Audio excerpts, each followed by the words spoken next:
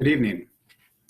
On behalf of Dartmouth College and the Nelson A. Rockefeller Center for Public Policy and Social Sciences, I'd like to extend a warm welcome to everyone today for our post-election analysis with Jake Tapper. My name is Jason Barabas, and I'm the director of the Rockefeller Center, as well as a professor in the Department of Government here at Dartmouth College. I'm going to introduce our moderator for the event this evening, but before I do, we here at Rocky are hoping to collect some information on who is in our viewing audience tonight. There'll be a short questionnaire on your screen to allow us to learn more about who you are and how you heard about this event. If you could see the question on your screen and answer that, that would be terrific. I'll give you a few moments to do that. While you are completing this survey, I want to take a few moments to remind everyone that this is our last event for this evening. Throughout 2020, the Rockefellers held civic engagement events such as this one, in keeping with our mission to foster conversations around public policy at the state, local, and national levels, as well as to promote public understanding of issues. And we've also covered many different issues during our programming, from the global pandemic and the economic recession to race relations and policing. We've also considered trends in higher education, the courts, and just yesterday we had a panel on diversity in the military. You can go to our website to view any of these events and others in case you missed them. I'll give you a few more minutes to complete your questionnaire, but thank you for doing so. We held an election panel 2 days after the actual election on November 3rd with academic experts, but at that point, no winner had been declared. We have a much better sense of the election now, and this is a helpful way to conclude Rocky Watch talks on these issues and others that Americans confronted in the election. Thank you for participating in the short survey. This year, the Rockefeller Center is pleased to host class of 1991 alum Jake Tapper. But first, allow me to take a moment to introduce the moderator of our event this evening, Professor Charles Whelan. Professor Whelan is a senior lecturer and policy fellow at the Rockefeller Center. Dr. Whelan is a 1998 graduate of Dartmouth, and he holds a master's degree from Princeton University, as well as a PhD in economics from the University of Chicago. He's also a veteran of these types of forums, as well as many other public events at the Rockefeller Center, in addition to the public policy courses he teaches at Dartmouth. In the past, Whelan has been a writer for The Economist and is the author of several highly accessible books on public policy, economics, and statistics, as well as a fictional novel that has been called a public policy thriller about a hypothetical global pandemic. The book, called The Rationing, was published months before these topics became part of our day-to-day lives in 2020, and is a thoughtful way to shed light on many of the political, economic, and public health issues that we are still confronting today. Professor Whelan, thank you for serving in this important role. I'm going to turn to you to introduce our guest this evening. Before I do, I just want to remind the audience to please use the Q&A function in Zoom to ask your questions for Jake Tapper at any moment. And you can also like certain questions and rate them if you want to review those. So at this point, I want to turn things over to Professor Charles Whelan. Thank you, Jason. It's my privilege to welcome Jake Tapper this evening. He will look familiar to just about everybody tuning in, I hope. He's a CNN anchor, chief Washington correspondent, host of his own Sunday morning show, State of the Union, and also an author of the best-selling The Outpost, An Untold Story of American Valor, which has since been made into a film, and I believe a novelist as well, and a cartoonist, which we're going to come back and talk about. But of course, most important for tonight, a member of the class of 1991. So Jake, thank you very much for sharing your time with us tonight. Of course, it's great. I mean, we booked this a little while ago, but I didn't know. I mean, I booked something at Harvard for last Friday that I had to cancel. You'll be happy to hear because the election was still going on. But I'm glad it's over so that I can be here tonight.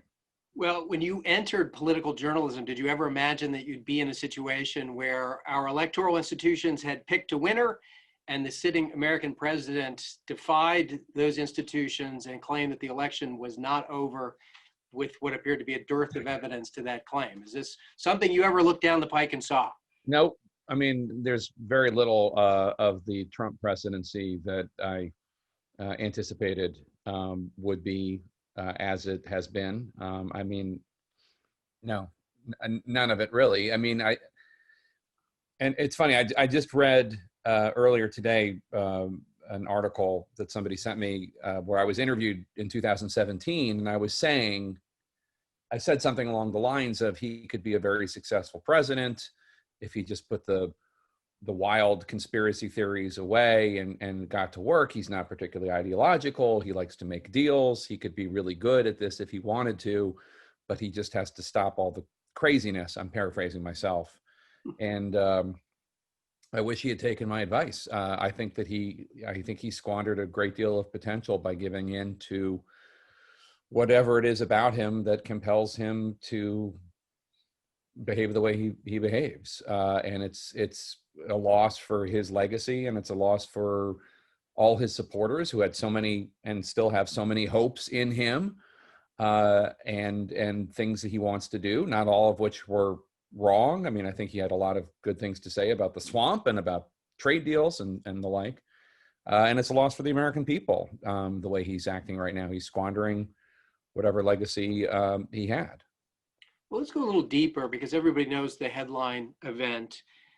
Both parties can claim some victories on election night. Obviously, Biden won, Democrats dethroned Trump.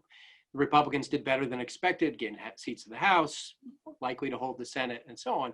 But my sense is that both parties are in a state of potential disarray, where the Democrats underperformed. You're already seeing the internecine squabbles between the progressive wing and the more moderate wing. The Republicans put their chips on Trump, who's now gone, but that's where the party is headed. So how do the two parties move forward in light of what we've just seen happen? It's a great question. I mean, I would say that's right, but there is a degree to which they're not equivalent, and by that I mean what the Democrats are going through right now is, without question, something of a civil war about what the Democratic Party should stand for. It can be summed up very on a very superficial level by AOC versus Manchin. Congresswoman Alexandria Ocasio-Cortez is pushing for a party that is more progressive, that gets out more young Democratic voters, a more diverse coalition, gives people an affirmative reason to rush out to the polls, not just kind of lukewarm centrism, which is how she sees the Democratic Party in general. And then also, she also talks at great length about updating the party when it comes to, technology and TikTok and Snapchat and Facebook and the like. And then there are those who say, that's great, Congresswoman, but you represent a district that is, D+60, meaning that there are 60 percentage points between Democratic registration and Republican registration. And what you're talking about plays great in a district like yours, but it doesn't play well even a few miles away in Staten Island, where Congressman Max Rose, a more moderate Democrat, was defeated. It doesn't play well in West Virginia, certainly, where Senator Joe Manchin will be a deal maker in the new Senate. And that is a more traditional push and pull between ideologies within a party. And, I think that's going to be a struggle for Pelosi. It's going to be a struggle for Schumer, and it's going to be a struggle for President-elect Trump. I'm sorry, Biden, President-elect. Don't contribute to the. Sorry, I'm old. I've been through a few of these. President-elect Biden. That's going to be something he's going to have to deal with. Then on the other hand, you have, and I wish this was just a question of competing versions of the competing ideologies within the Republican Party, of the more populist-based conservatism that Trump represented versus, maybe a shorthand would be the more Chamber of Commerce type Republicanism that the George W. Bushes and Mitt Romneys represent. But that's not actually the division going on in the Republican Party right now.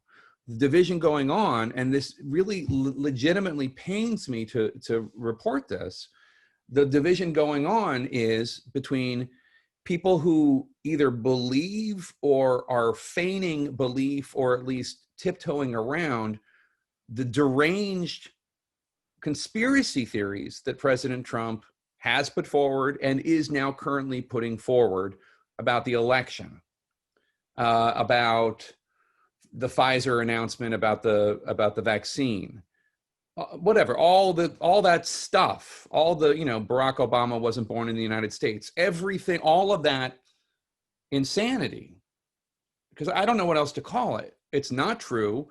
Nobody smart or credible thinks it's true. And yet here we are, where the House Minority Leader Kevin McCarthy today said he didn't know if President-elect Biden was going to be sworn in on January 20th. And yesterday, Secretary of State Mike Pompeo made some reference to the transition between the first Trump administration and the second Trump administration. It's crazy. I never thought as a journalist I was going to be put in a position of having to cover this. It gives me a lot of displeasure, to be quite frank. So I'm actually going to go to one of the questions. Yeah, go ahead. Which is a number of people have asked already, and then I'll go back to talking about red and blue America. If you either had to do anything over in 2016 with regard to how the media covered Trump, or other ways in which you've had to adapt to a world in which the people you're interviewing are not just shading the truth to their advantage or saying things that slightly shade the truth, but are just telling outright falsehoods. So how does the media have to adapt, and would you have done it earlier if you kind of knew the direction things were going?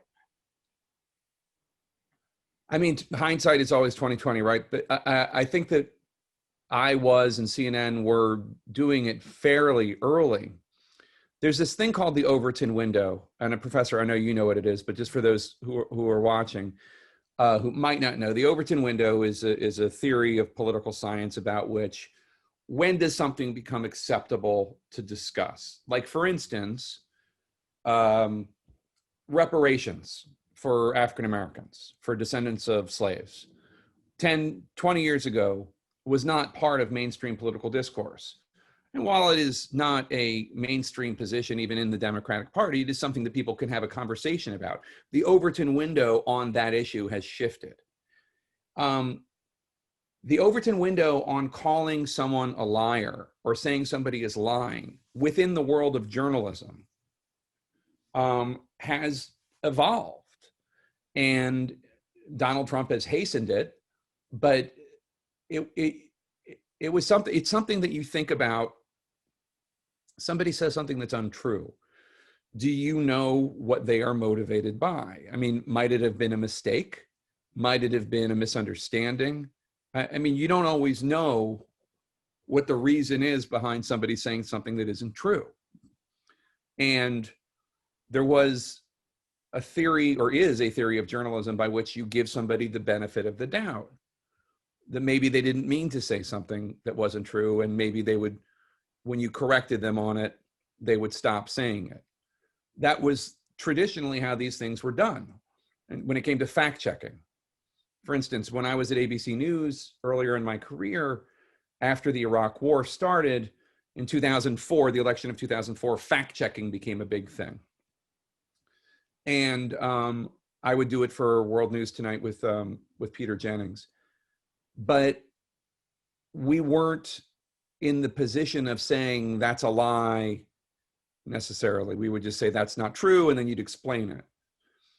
Never before in modern American politics, I mean, I guess you could go back to Nixon and McCarthy, and to a degree, Bill Clinton talking about his private life, but never before have in my career as a journalist, and I became a journalist at the end of the 90s, and only started covering national politics in 99, 2000. Has anybody been confronted with this much just mendacity?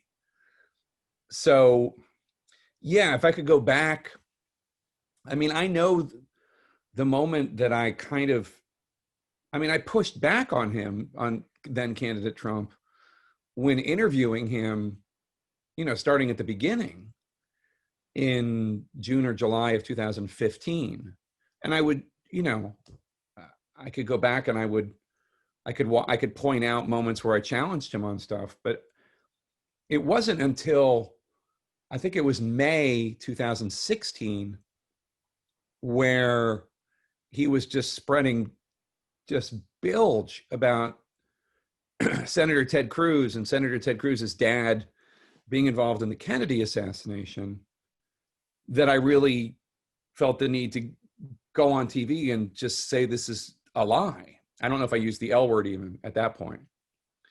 And so, yeah, I mean, I would probably start it earlier. But again, the Overton window of these things, there are still journalists who we've made it to November 2020 who are still not calling lies lies. I mean, President Trump today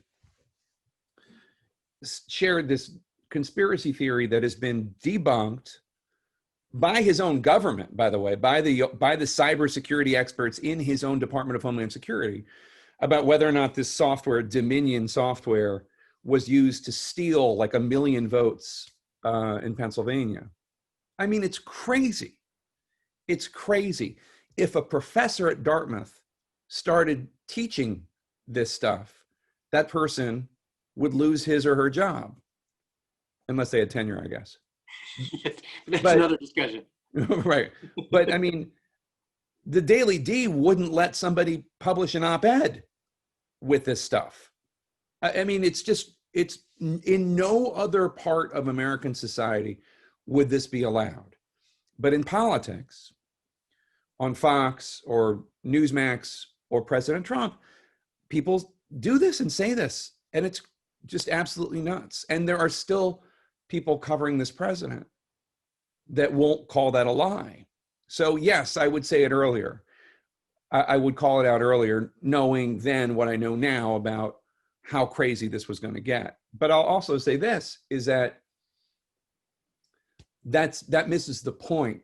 It misses the point of the crisis that we're in. This isn't ideological.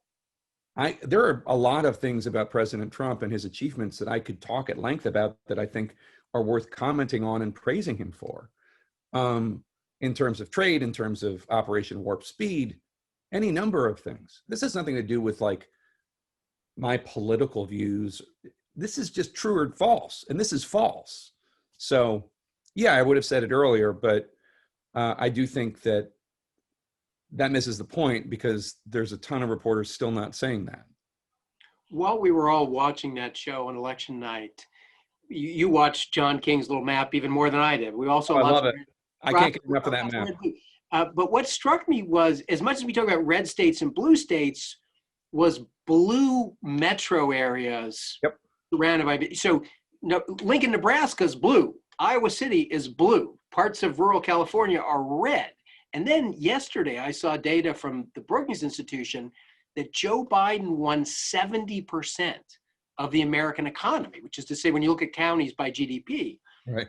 What does that tell us about red and blue America? Well, first of all, it tells you that there's been a great realignment of American politics that is fascinating for the likes of you and me, Professor, and a challenge for people who run the Democratic Party and the Republican Party. Why is it that so many working class white people in rural Pennsylvania didn't vote for Joe Biden, who is a, self-described son of Scranton, middle-class Joe from Pennsylvania? Why? What is the disconnect? There is this superficial way of looking down on these voters. They're all racist, which is just not. I mean, yes, of course, there's race at play in all sorts of things in American life. And I'm not saying racism doesn't exist and it's not a part of why some people maybe voted for Trump. But it's simplistic and misses the point. Why is it that so many people in rural Pennsylvania or outside Scranton, where Joe Biden grew up, voted for Trump? And then conversely, why is it that the party that considers itself the pro-business party, the pro-economic growth party, a party that with George W. Bush and others and other Republicans reached out to African Americans and Black voters and Latinos and whatever, why is it that so many people in our cities and suburbs couldn't wait to vote against Donald Trump. Why? And these are challenges for the parties going forward, both of them. Different challenges, but important ones. The other thing that was very striking about the outcome on Tuesday is a lot of the state referendums. So again, it takes a little longer to get those results, Yeah. but some very curious things happen. So Florida goes for Trump and approves an increase in the minimum wage. Yeah. Right in the Democratic playbook. California, never in doubt, in the bag for Biden. Deep blue state, again, rejects the use of affirmative action for higher education, votes against giving worker protections to Uber and Lyft.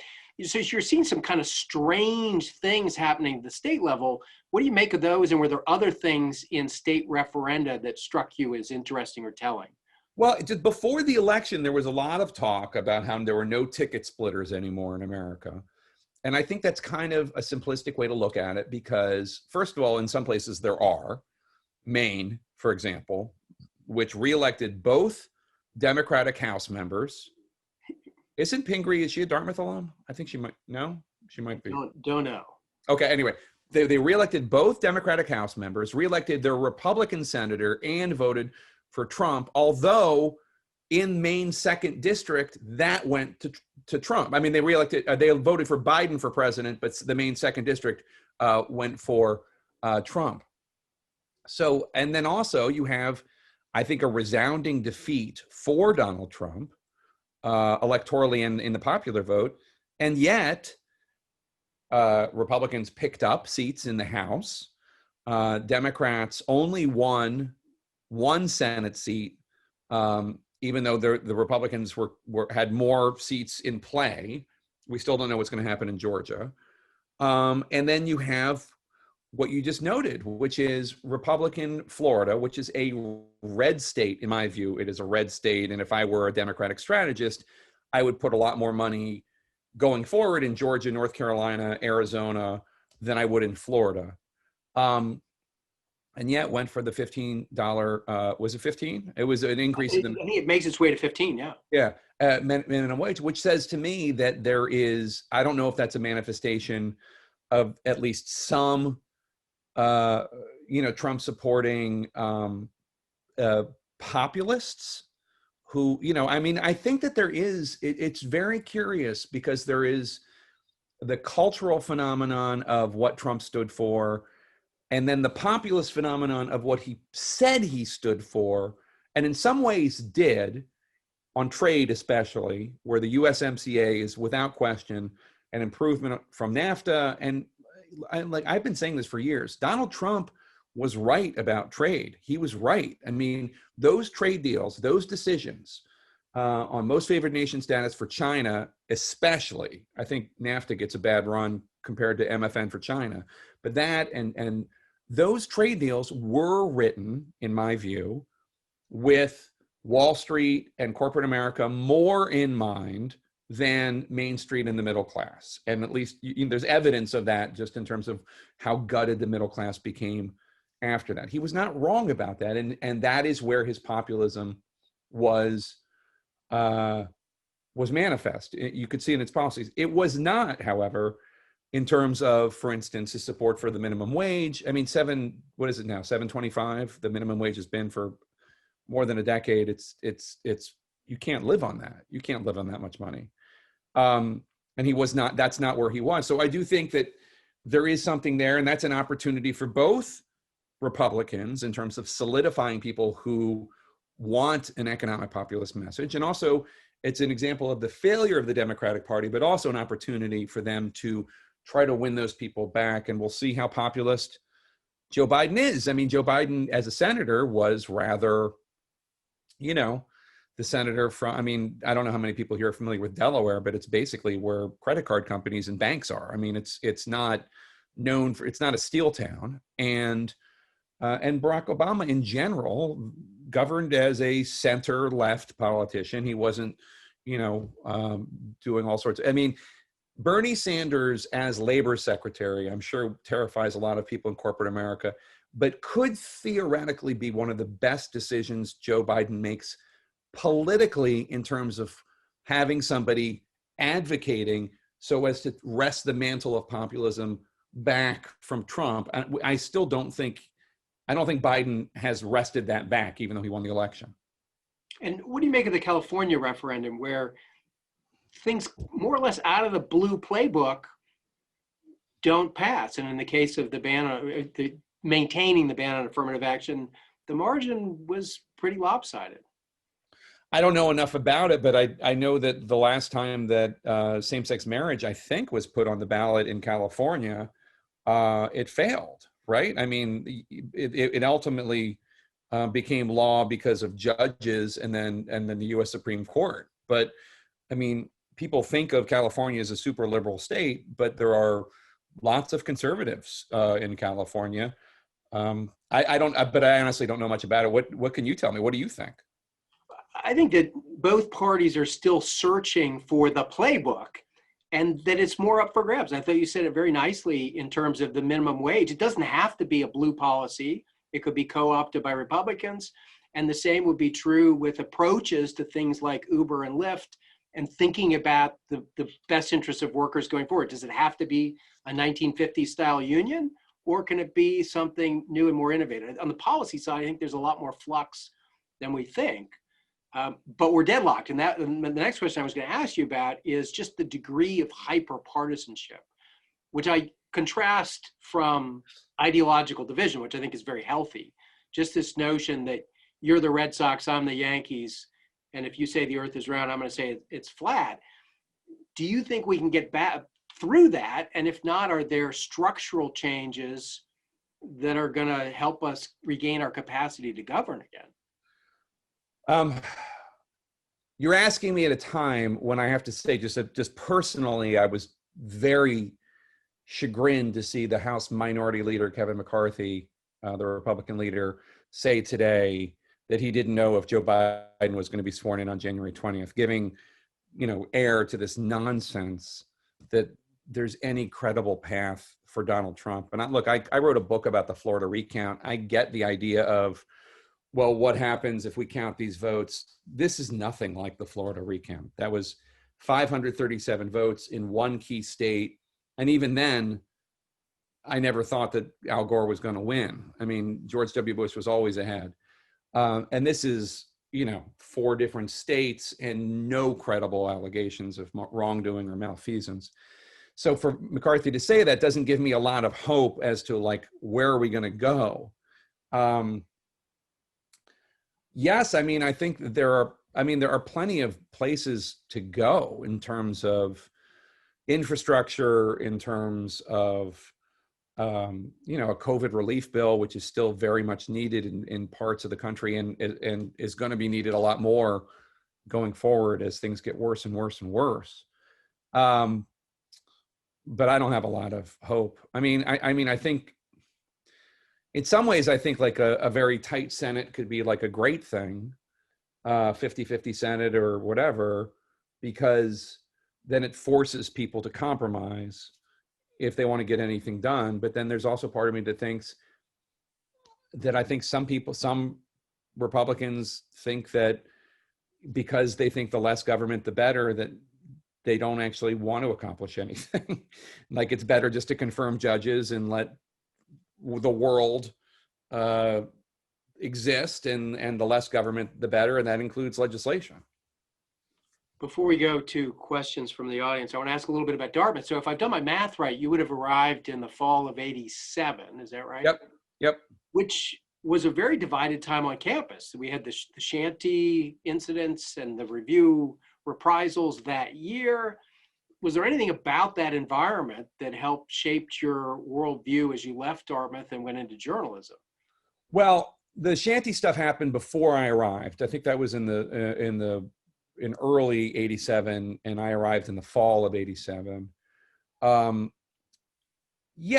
was very polarized politically. I don't know what the review is like now, but then it was certainly, I know it's gone through lots of different permutations. Sometimes it's more like the Weekly Standard, and other times it's more like Breitbart. Then it was more, like picking at scabs kind of thing. I think my freshman year was the Professor Cole incident, when 2 students from the review kind of approached him, and it was an African, for those who don't remember, he's an African-American, I think music studies professor who was known for maybe using some salty language in class that certainly would not pass muster in 2020. And the review decided to focus on him, and that there was like a 60 Minutes episode. It was very uncomfortable, just having Dartmouth be the focus of that kind of national attention. And then it happened again my senior year when somebody inserted a quote from Mein Kampf in the masthead of the Dartmouth Review. But beyond that, I mean, I think being on campus, and I was a cartoonist for the Daily D, and had a comic strip, and it mainly focused on campus politics. And so I think that it was good training for me in the sense that I made fun of everybody. I made fun of the protesters, and I made fun of the Review, and I made fun of the football team, and I made fun of feminists. Feminists at the time were doing a lot of like protests where they would like throw red eggs at what I don't remember fully, but there was a lot of kind of like radical-ish stuff. So like kind of calling out everybody was good training for what I ended up doing. But I was, but at the end of the day, I was just trying to get people laughing. I wasn't trying to cover anything. And can you give us the short path from being a cartoonist to being a chief Washington? Oh, okay. So I went to film school after Dartmouth. Everybody was going to law school, and I went to film school because I took some great film studies classes with some teachers who are no longer with us.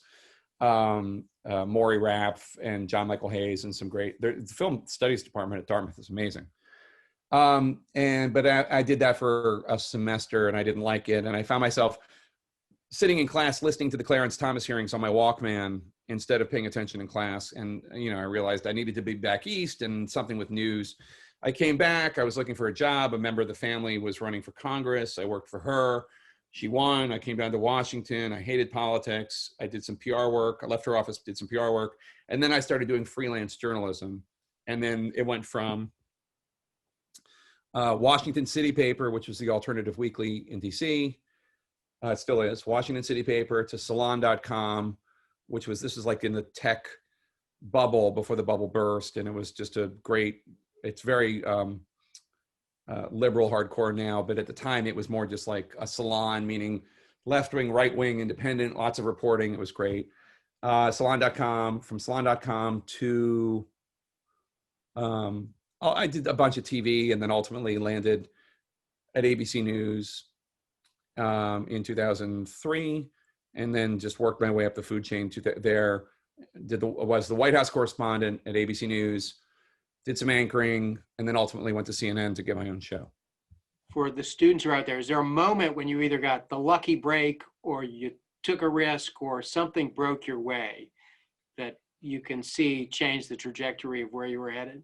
It's more, the lesson I would give more to students is just the perseverance and just the knowledge that I got rejected a billion times. And there was just setback after setback after setback.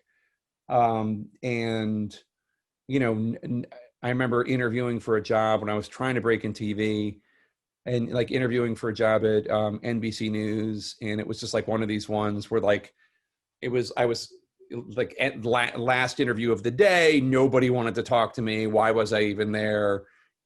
I just have vivid memories of the rejection. And I think that we don't teach, well, I'll just speak for myself. I was not prepared to learn. I was not prepared for all the rejection that the world has to offer.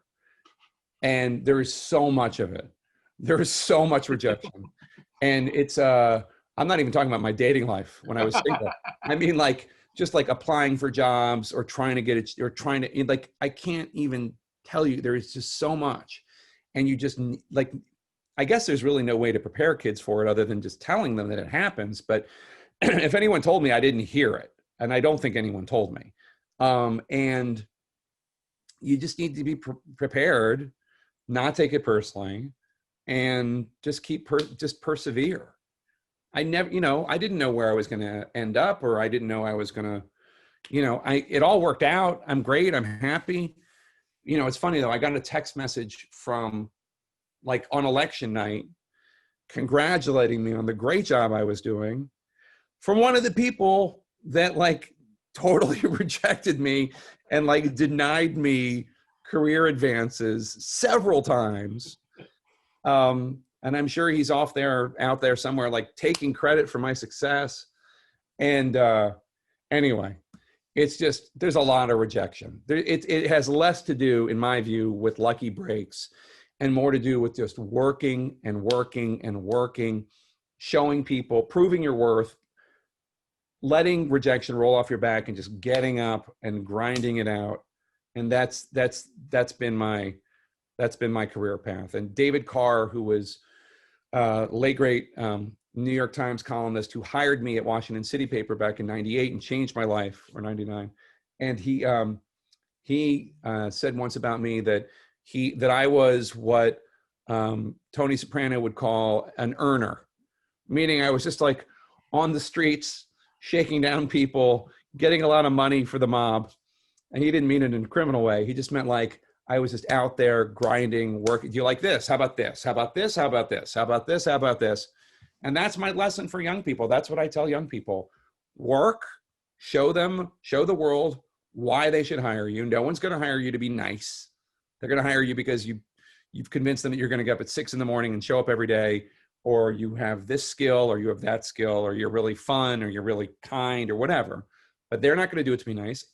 And don't take the rejection personally, and just keep going. Keep going. I promise it will pay off. The first time I interviewed at The Economist, they said, we're not going to hire you, but we can continue to talk if you'd like. And he gave me the contact of the person in Washington, said, she won't hire you either, but it won't hurt to write her a letter. Right. 5 years later, I was a Midwest correspondent.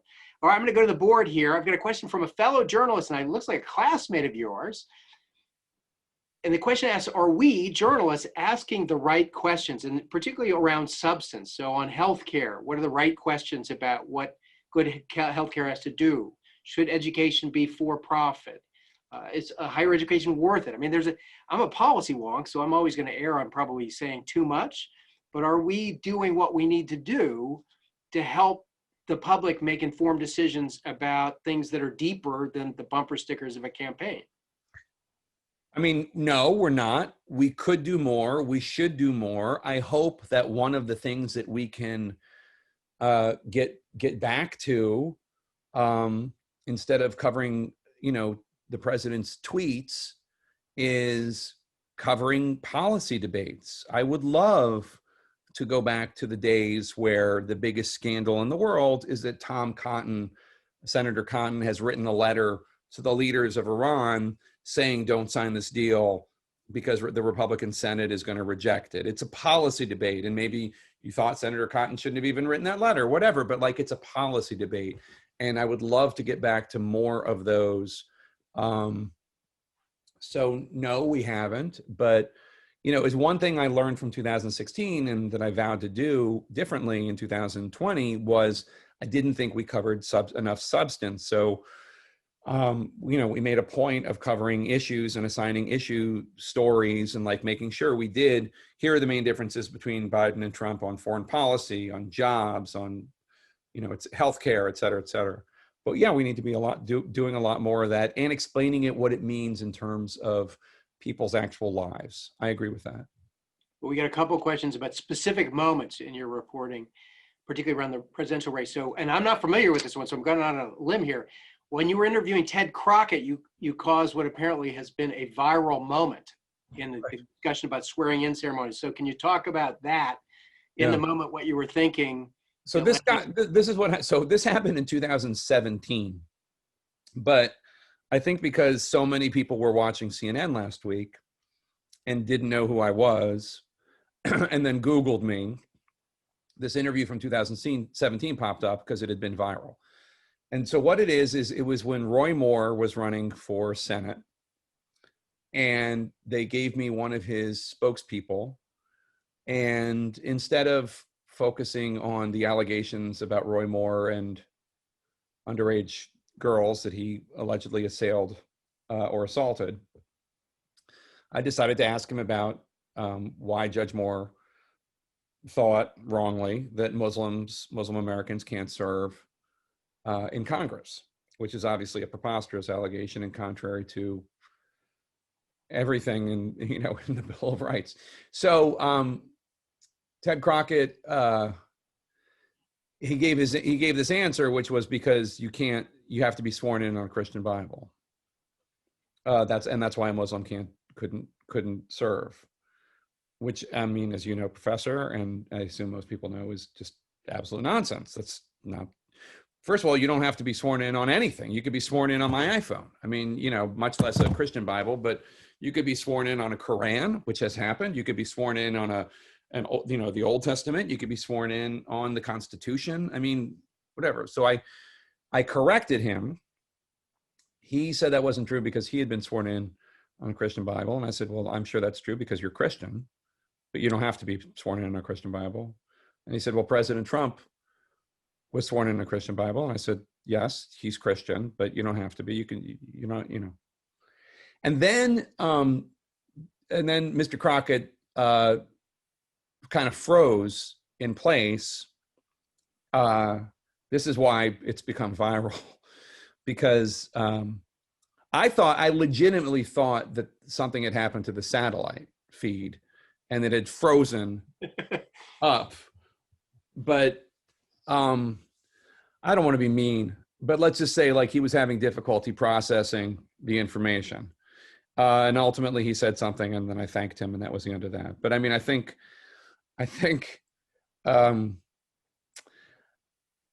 yeah, I understand why it went viral, but I think it had less to do with me and more to do with just the amazement that people have when they realize that a lot of people have really bigoted views, wrong views, because they're not as informed as they could be. Another reaction question, definitely more recent. When the race was called for Joe Biden, Van Jones was very emotional. Can you talk about how you were feeling watching him feel in that moment? Van, my brother is very progressive. He lives out in California, in San Francisco. And my brother, like Van is, he's very unique as a commentator. He really leads with his heart. And sometimes that means like he worked with the Trump administration on criminal justice reform, and he got a lot of heat from progressives for it. I didn't really have a response to Van doing that. That's Van is a commentator, and I'm more of an analyst anchor. And the only emotion I every now and then I'll get choked up about some story having to do with kids or sickness or COVID or veterans. But generally speaking, the only I go between nonchalance and outrage, and that's about it in terms of my spectrum. I thought it was moving that Van felt the way he did, but remember, he was emotional because he felt he wasn't happy about the returns. He was upset about what had happened, like that it was not. He wanted not a moral victory. Someone else asked about that as well. A political victory, not a moral victory. Yeah, he didn't think it was a moral victory because it was not a resounding rejection in his view of Trumpism, which is not to say for Van, it's not about he could speak more eloquently about himself than me, but than I can speak about him. But for Van, it's never about rejecting Donald Trump as a person. It's about the idea of Donald Trump as a representation of ignorance and racism and misogyny and a willingness to divide and a desire to divide. And that's how he sees Donald Trump. And he wanted it to be look, Joe Biden's going to win by like 5 or 6 million votes, but he wanted it to be like a blue tidal wave. He wanted Florida, North Carolina, and he wanted Iowa and Ohio. I'm not saying he thought they were going to go that way, but he wanted that because in his view, that's what he thinks the American people should have done. And that's what he thinks is in the hearts of most Americans. So he was disappointed. And my brother loved what Van Jones said, and he spoke for my brother, who's a progressive religion instructor out in San Francisco. And so I'm glad that we have voices like that. I'm glad we have, conservative voices like Rick Santorum, et cetera. I'm glad. That's what I think makes CNN different from MSNBC and Fox. We have actually a couple questions about the future of the news business. One is fake news is going to be with us for a while, I think. What is it that we can or should do to cut down on things that are so obviously not true, but seem to gain a foothold? Well, first of all, I mean, I think we need to,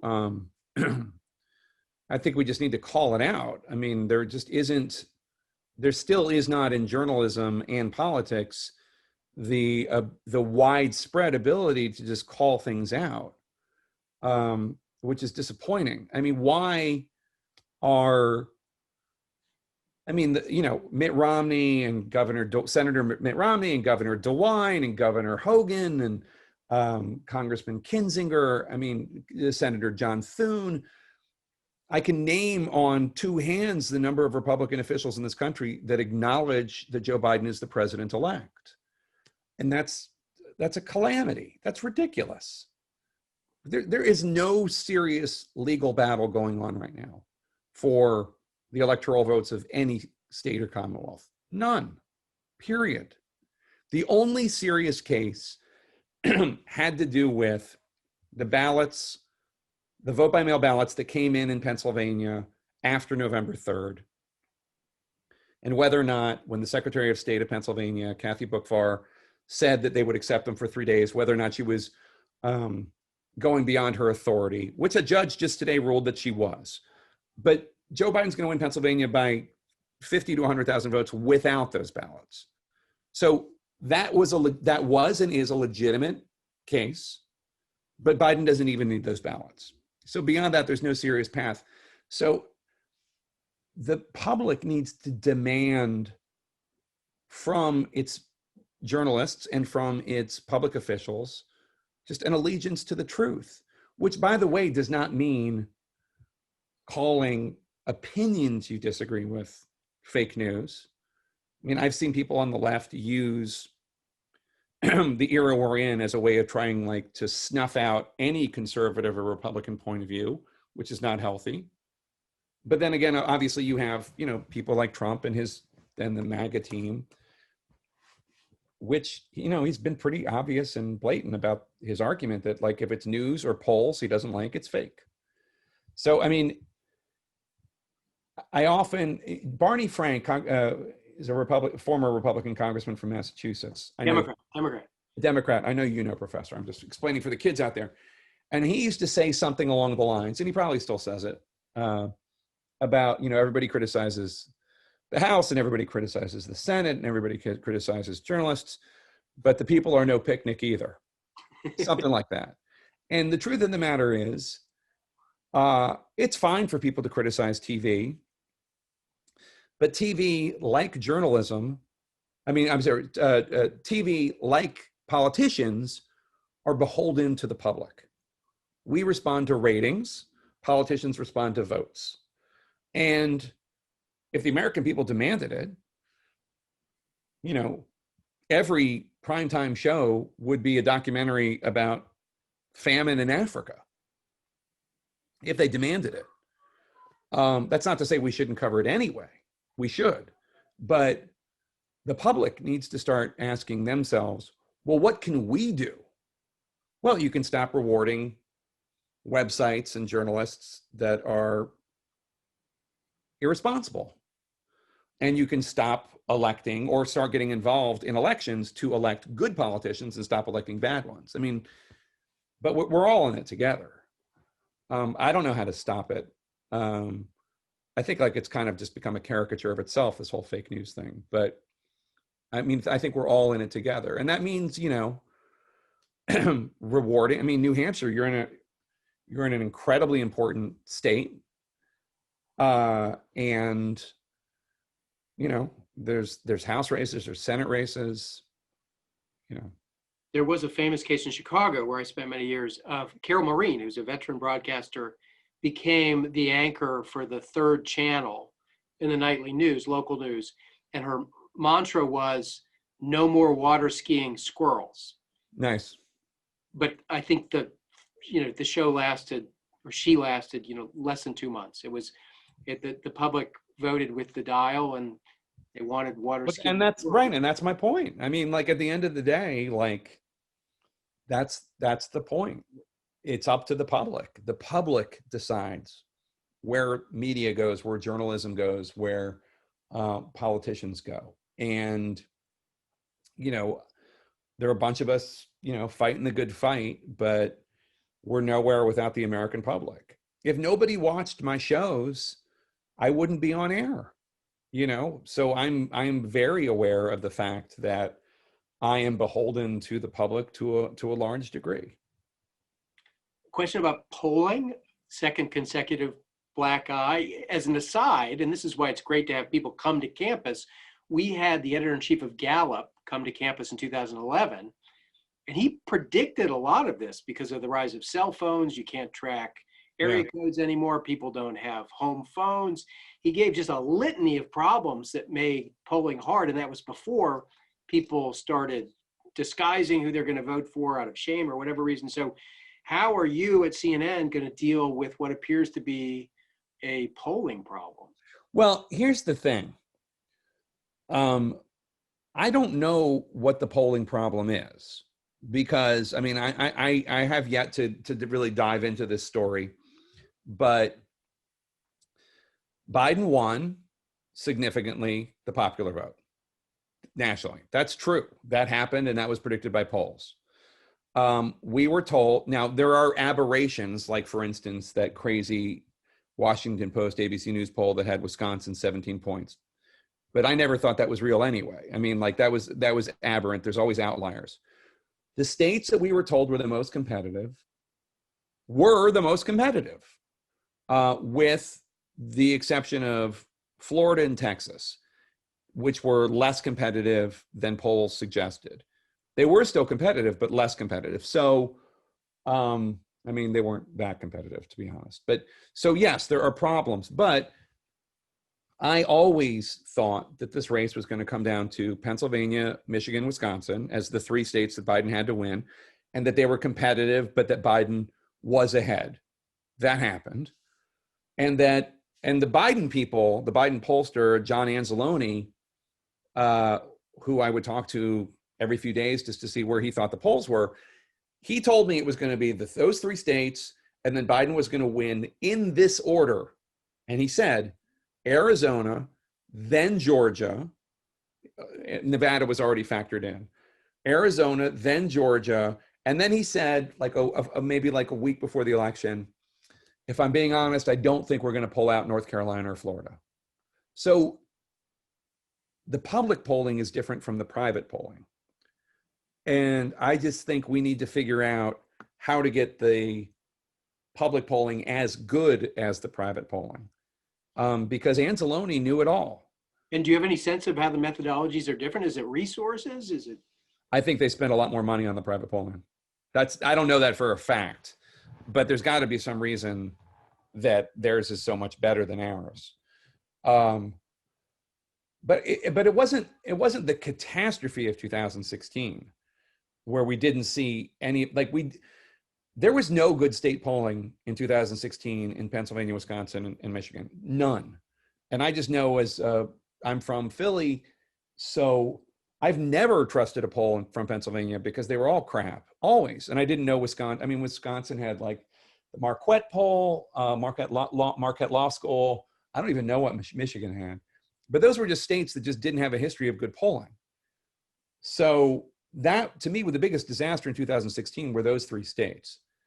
I don't see 2020 as that bad. I mean, I think there are still some issues, and what I've read of this, which is not as much as it should be, is that there are a lot of Republicans that don't answer the phone, right? There are a lot of Republicans and a lot of Democrats, especially during COVID, who were home and did. And that's a cultural phenomenon that obviously polling needs to figure out, but I didn't think it was that off. The The other election, thing, the election happened the way I thought it was going to happen. the other thing that the Gallup fellow mentioned, which is obvious after he points it out, is in addition to cell phones not being tethered to your home number, you take your area code with you. And therefore, the pollsters have less of an idea who they're missing. That's funny. In the old days, if you didn't have enough 309 area codes, you knew that's what you were missing. But now, I could live in New Hampshire with a 773 area code. So you've kind of lost one more touch point on who you're. That's such a great observation. I was just talking to a friend of mine who lives in New Jersey who has a 310, which is California. And until Trump got elected, I had a 917, just because it was the number I'd had since I got a phone when I lived in New York in 2003. And then anyway. That used to be a check on groups that you're missing. And that's gone away as well. Yeah. In addition to all the screening technology and all the rest. I mean, we're in New Hampshire. I didn't answer my phone until the New Hampshire primary was over. Right? Even if it said it was my wife, I thought it was somebody just goes to, oh my God, they've changed the caller ID. So I didn't know. Never. That's hilarious. Yeah, no, I mean, look, I'm sure polling could improve, but honestly, the election happened exactly as I thought it was going to happen. And as Anzalone told, who Biden's pollster told me he thought it was going to happen. Now, I recognize most Americans don't have the privilege of being able to text with a pollster for a major presidential campaign and say, what do you think is going to happen? And they go by public polling, and public polling is not as good as private polling, period. I recognize that. But I mean, I think there is a way to solve the problem. Maybe there just need to be more, fewer polls and more money invested in polls. If that makes sense. Substitute quality for quantity. Yeah, I mean, I don't. There doesn't need to be 30 polls a week. Two, and it's like the CNN, Washington Post, New York Times, ABC News poll. I mean, combine 4 groups and have them do it. I'd rather have the high quality poll than a lot of them. We're going to go to our last question, which is a good one because it's coming from a Dartmouth student. Any advice for those in the class of 20, so who are graduating they've graduated into the COVID world, but also a time of deep cynicism? Any advice for folks that age who would like a career in government or politics? I think that, first of all, I think it is an honorable calling to work in government. I really do. And I think whether it's state or local or federal government, I think I talk to people all the time in government who are not just, by the way, not just career employees, some of them political appointees, but who are there because they want to do good. They want to help the American people. They believe in what they're doing. And sometimes, sometimes there might be ideological differences among them, but that's why they're there. And I think it's an honorable profession. And I think that the only way to change a flawed world is to get in it and make it better. So I would urge you to do it. And I would urge you to, look, the best thing I can say about being a college student in 2020 is, I swear to God, it's going to get better. I swear it will. I swear to God it will. And I feel bad. I do. I mean, I don't want to pretend that it's normal that you had to deal with this tremendous calamity, and B, mishandling of the pandemic.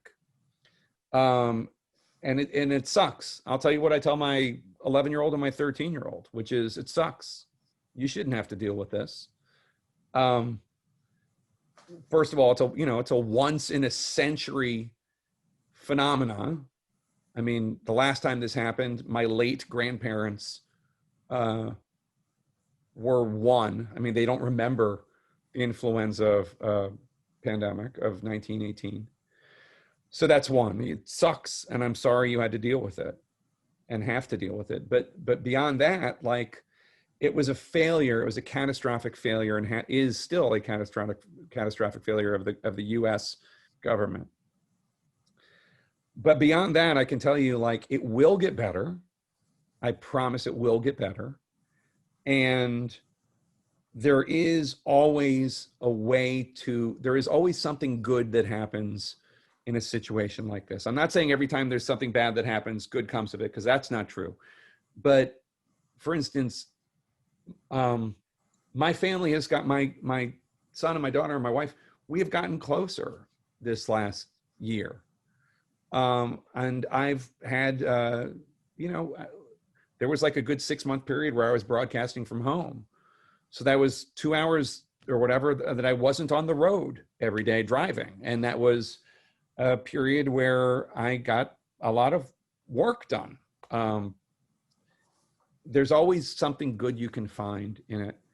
I would encourage you to try to join the government. It is honorable.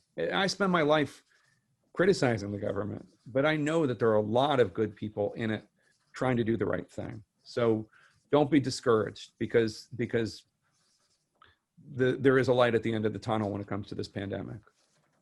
Terrific. Well, on that hopeful note, I want to thank you very much for your time. We know how much else is going on, for sharing your insights, and welcome back remotely to Hanover.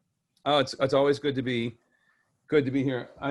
Before I go, I just want to tell you, this is right here. This is my honorary diploma when I graduated, when I was the commencement speaker for class of 2017.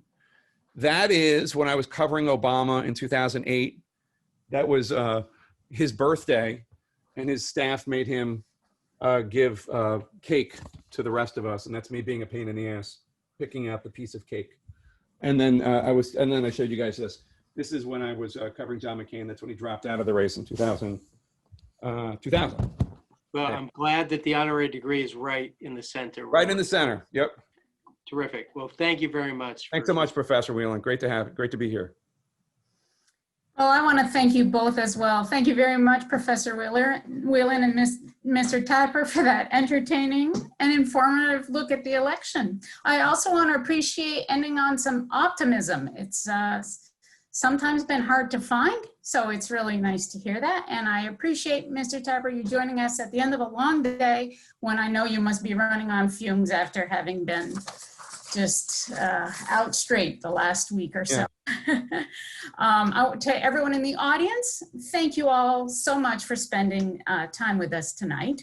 This was our last Rocky Watch event of the term, but we will be back in January with more great events for you.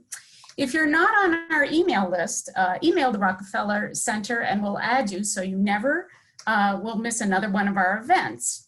You can also follow us on Instagram to keep in touch with us. And if you did miss any of our programs, we have a lot of our previous recordings on our website. Stop by and take a look. It's been a pleasure to bring you these programs this fall. On behalf of the Rockefeller Center, thank you for being here. Stay safe and see you in January.